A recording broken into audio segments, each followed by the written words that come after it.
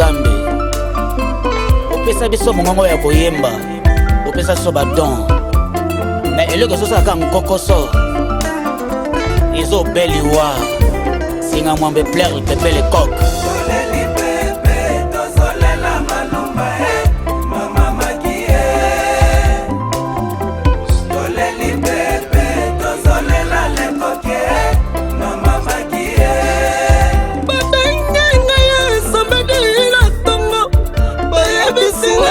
pepe lekoki aza te motema etondi pasi mpe na mawa naleli jekikwisaleli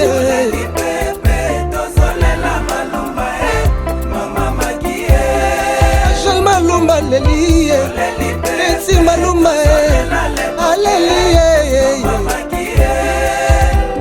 nasangi maloba ngai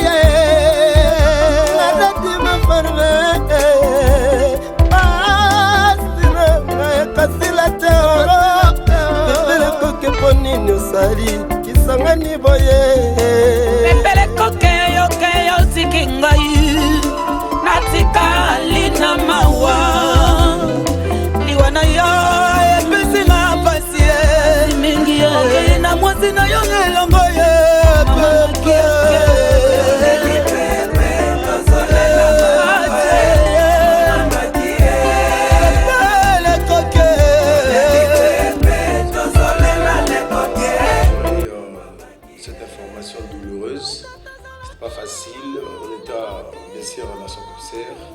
et puis après le concert on est venu quelque part, on a pris une bouteille et puis on s'est séparés vers 23h, 1h du matin comme ça et puis voilà et chacun est rentré chez lui donc et puis le matin, tout le matin j'ai vu beaucoup d'appels, je me suis demandé c'est quoi au juste lorsque j'ai ouvert la connexion et puis j'ai vu des informations qui circulent. Les coqs morts, les autres ne sont pas morts, tout voilà. Et puis, lorsque je me suis rendu personnellement au lieu de l'accident, et puis la façon que je vis, l'artiste Pepe le coq, et puis c'était pas facile à gérer ça. C'était pas facile. Pepe le coq était le cofondateur de l'association. C'était le cofondateur. La première réunion que j'ai convoquée à tous les artistes était le premier artiste qui était donc qui s'est présenté.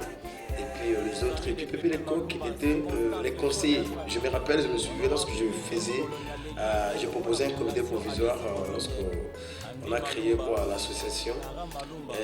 Il m'a toujours dit que, président, toi il faut que tu sois là président et puis moi je serai seulement conseiller.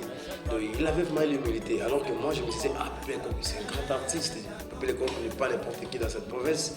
Et dans ces pays, il a fait des voyages par-ci par-là, tu vois. C'était pas facile à gérer cette information, dire que Pepe le coq n'est plus, alors qu'hier, on était avec, on a mangé, donc on a bu ensemble, après son concert, tout voilà, et puis voilà. Et subitement, il a connu l'accident, c'était pas seulement lui et sa femme. C'était pas facile à digérer. Jusqu'à présent, on est vraiment abattu, on est vraiment toute la province. Voilà. Le bon souvenir, je me rappelle lorsque on était en guerre, en guerre avec mon ami Peace Mamba. Et lui me disait toujours, Maniche, est-ce que tu ne peux pas arranger avec ton frère? Moi je dis non, grand, arranger avec qui? Non, je ne peux pas arranger avec qui? La guerre comme la guerre. Il y avait vraiment des polémiques, les gens savent comment on faisait des polémiques avec la CPC Mamba. Et puis lui nous conseillait toujours, parce que c'est un artiste Pepe le coq, c'est un artiste qui ne voulait pas des problèmes. Il ne voulait pas des problèmes, on ne peut pas dire ça aujourd'hui parce qu'il n'est plus avec nous, non. Pepe le coq, les gens qui le savent, les gens qui ont bien avec lui, qui ont marché avec lui, vont vous témoigner que Pepe le coq n'était pas une personne problématique. Pepe le coq était toujours très souriant, il aimait toujours l'humour. Alors lorsque vous êtes avec Pepe le coq, tu vas sourire, tu vas rire toujours. Donc il me conseille toujours de cesser le fait avec Peace Mamba. Et puis aujourd'hui je suis content, il est parti. Et j'ai réussi quand même, donc il a réussi son conseil, dire que Maniche, si vous voulez devenir le président des musiciens, commencez d'abord à arranger votre activité avec un Peace Mamba. C'était ça son conseil. Et puis artistiquement, au studio, Pepe le coq était comme un monstre. Il avait une énergie énorme. il avait une voix, je ne sais pas. Donc on a travaillé avec lui. C'est pas la porte à côté. Pépé Lecoq, c'est pas la porte à côté. On a perdu vraiment un baobab de la progression. On a perdu vraiment un baobab. Et on s'en a battu. Et pas la porte à côté. Pépé Lecoq, on pouvait travailler avec Pépé Lecoq du matin au soir et il ne s'est pas fatigué. Hein. Il ne s'est pas fatigué. Puis il a fait sortir beaucoup de jeunes artistes. Aujourd'hui, on voit de Jamaïque et puis tu en payes les autres. Et tous sont venus toujours au pied de Pépé Lecoq. Et puis Pépé Lecoq, c'est un exemple à suivre. Et surtout sur le plan artistique. Pépé Lecoq, quand tu jouais, tu sentais vraiment c'est un artiste qui fait sortir l'énergie. Pépé Lecoq n'était pas un artiste qui tente. Qui tentonnait. Lui avait des précisions. Vous pouvez jouer un concert avec Pépé Lecoq, même si tu n'as pas répété, il va vous inspirer. Il était comme une source d'inspiration.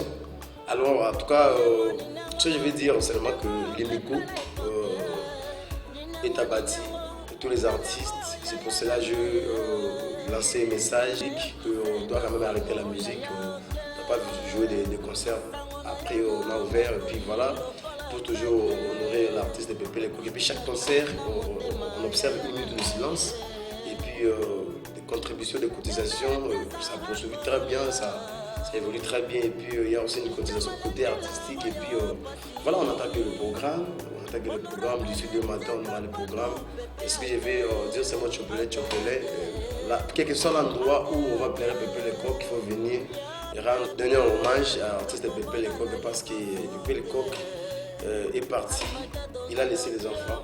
Il n'est pas parti seul, c'est-à-dire, il est parti avec sa femme. Et les enfants sont restés orphelins. Et puis les Chopolais du monde entier, de partout, il faut penser aux enfants que Pépé Lecoq a laissés. Ça ne sera pas facile, mais en fait, si on est unis, je pense que Pépé Lecoq, là où il est maintenant, il sera content. Parce que ces enfants sont restés orphelins, mais pas tellement orphelins parce que l'eau est là. Voilà. Il y a encore de pourparlers entre deux familles. Hier on était là et il y a encore de pourparlers. Et puis j'ai déjà fini. Je pense que d'ici 2 matins, on aura un comité officiel qui sera partout concernant le programme de funérailles. Donc, ce que je veux dire aux Chopolais, de se mettre toujours en attente. Donc, veuillez vraiment vous apaiser. Pourquoi? Parce que il y avait des pourparlers entre des familles. Mais maintenant, je vous dis sincèrement, c'est déjà fini. Alors, on attaque le programme, surtout la place, parce que la place où est-ce qu'on va prier Pépé Lecoq, partout où on va prier Pépé Lecoq sera inhumé, donc on sera là. Et puis il faut venir, les Chopolais, il faut venir, il faut faire du bruit, dire au monde qu'on a perdu quand même un baobab. C'est que ça, Merci aussi à la chaîne CDTV.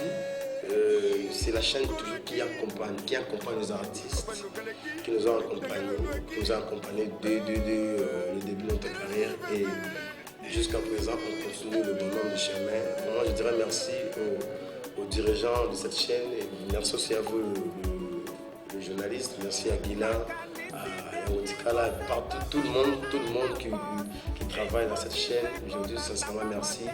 Il faut vraiment s'occuper aux artistes de la place parce que sans vous, on ne fera rien. Sans vous, on ne peut pas propulser nos œuvres.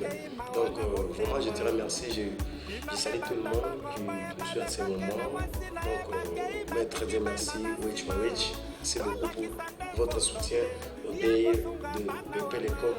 12 secondes. Et puis, je voulais vraiment dire quelque chose. Concernant les artistes et musiciens, nous avons fait un comité mixte, c'est-à-dire nous sommes secondés par nos grands frères des 12 secondes, Tabakalewa Osso, et ils soutiennent aussi. Il y a aussi des Chopo Chroniques, les chroniqueurs, Félix Segesse, Kébé Veniko, Listomi Conseil, Gloire Léon, mais tout le monde donc, dans la Chopo Chronique. Donc, ils sont là, nous soutiennent toujours pour quoi. Aux gens de bonne volonté, Alèche, Je vis, il a envoyé sa contribution. Vraiment, les artistes de Chopolais du monde entier ont envoyé vraiment leur contribution concernant notre part artistique. Et nous allons donner à la famille, concernant les enfants qui peuvent évoquer à laisser. Vraiment, on dit merci à Dieu. Nazaki émotionné parce que concert na Suka wana bon nazaki na parlé écouter un peu madame abotaki même jour non si qu'on a parlé non ça nuit na parlé mais na zoka musique ils ont été na village habité na comment na musique puis na komi na tali singa mwambe pepele ko beta pepele ko beta ndule sta tu vani tier moko ya pepe a reconnaître nga ya dike na nga ba star mingi o tu ta va na mboka o puis na sina le mino dia Christian Moyori madame na out da bota Christian Moyori so ga ni mata na podium puis na matina podium na salo pela na sala na pesi ma pression na ngamso na ngo puis na pesi ma ngai mbela na pesi ko kitana ngai to kiti to komi bisono so to ke bisono so wapi na quelque part to vandi ngai na madame na garde na ngamoko na to zaki na match de tempo to vandi et le kana zo retenir comme moko avant to kabwana na vieux abi petit na ngai webi ke ngai mtu na pesa charge ya kuza leader na mboka wewe adi oui pauvre ona azaki na conseil na nam privé malgré biso musique ezanga na ngote mo tira ime rome ermo nazonga ke wana vie emo personne ke wa petit viona ndi mtu azwa ngai do apesa ngai na apesa nga force ya futela ndako na kisangani et puis yem mtu apesa nga force il y a se poser na kisangani parce que à l'époque nazaki na orchestre batu et revenu et que na komi na yanga moko do na tunginda kuna ngamoko donc 2.0 izaki na bokasi na ye temo na ngai magaza te azana durba collégien on à l'époque collégien tout va quelque part peka ya ba 1 heure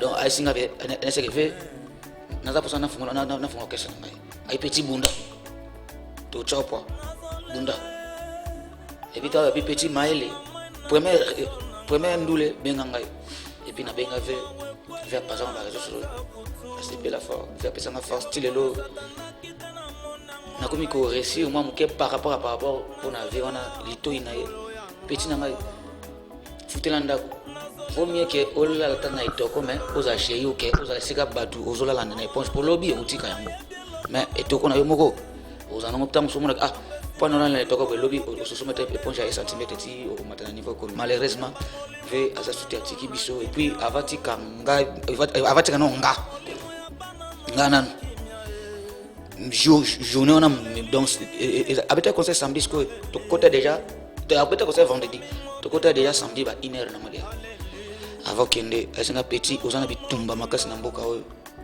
na to tika ote sina comprendre lo mo ba ba même so charge mo boza ya yote mais nga pepele ko kutina za et puis azolo bango à haute voix on azanga ben énergie mo onde il mo tina aza posa lo ba mingi suko nango apesi na 5000 fois transport eza ke petit zonga pale mbongo oyo kena ngo hôpital chemin et madame dans l'hôpital qui il y a peu peut-être de 5000 au Malipa après 7 heures benganga to kutana to attaquer batuma botaka biso ba musique na to vivre na bi bamba donc il faut tout pour to vivre il reste na benga 7 heures na comme ça yo est-ce que tout le monde peut pour ça na yo ouais na kibla venir c'est moi qui na rendez-vous avec boy ma 5000 na poche je ne peux parler na phase 6 heures na ka benga téléphone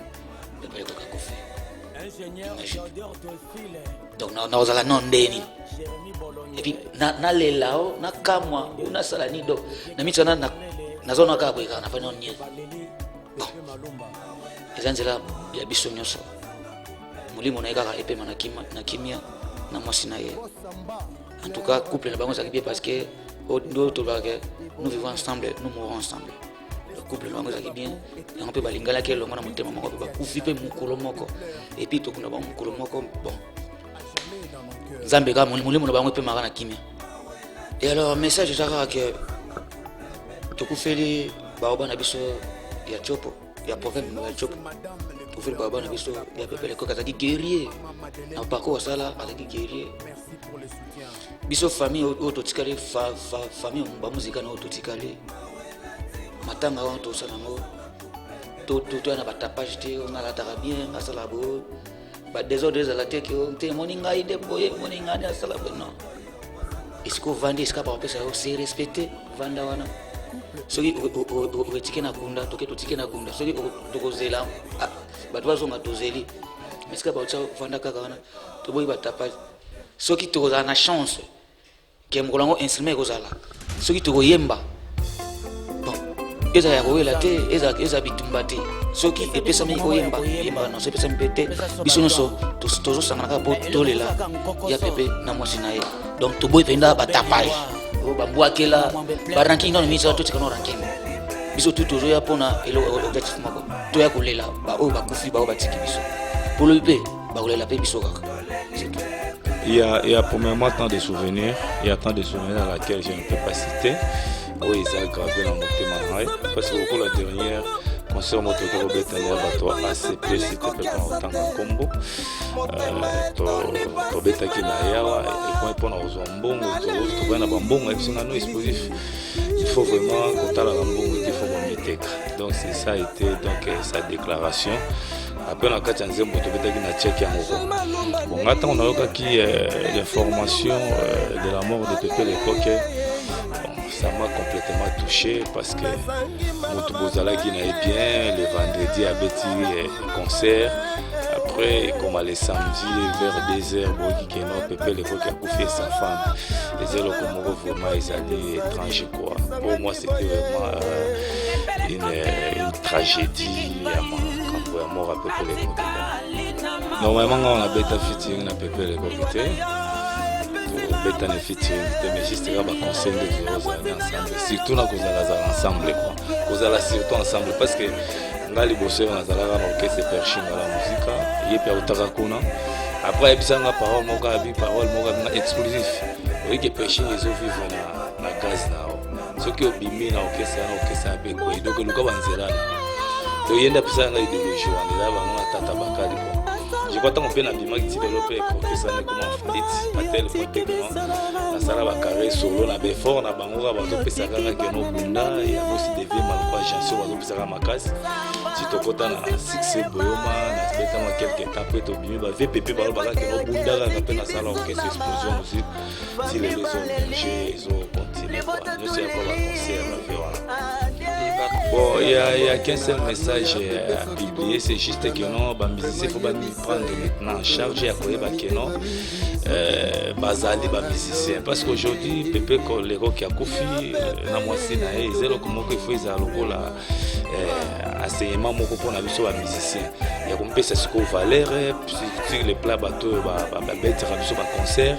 Il y a combien déjà comme peut savoir que non à ces temps il faut déjà qu'on valorise tout ça dans rapport à l'obinaler là.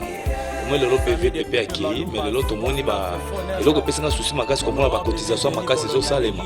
Ou ba toazo tia tia mbongo mais quand Pépé était en vie, il y avait personne à se soucier na Pépé. Tous à quand système até à compensar là mutu mbongo tango. C'est tout ba on d'affaire ba to ba moyen ou ba to soutenir la biso na ba musique. Ils a bien ko sunga ka star sans en vie. Mais ça que star a kufi ba cotisation minel ba makambe belé zoya. Donc pesa ba mission so maele. Ceux qui mutu bengi azolinga milimizo pour la musala c'est question de laisser tomber cette activité qu'on a commis fait sa valeur. Voilà, c'est un parti c'est tout, pas dans la naïveté, pas dans la bonne esprit à haine et le moi, parce que l'esprit déjà VPP déjà accueilli, c'est le chemin de tout le monde. Biso ba autoticali c'est quelque chose qu'on a commis à la soudainement et quoi que non, nous ça là on est pas bandé maman, donc ça on va inventer, autique pas ça non, et les gars il a percé comme ça. C'est juste ça c'est pour le dire à tous les artistes d'être vraiment innés en communion.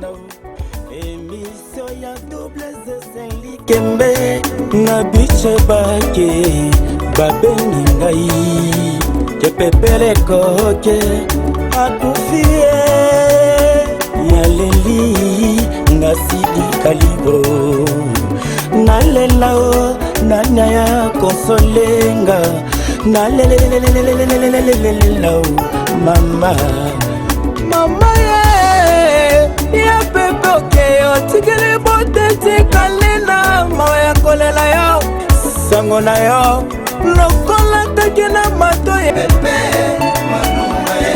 Couple Pépé les coqs Malumba Kevozam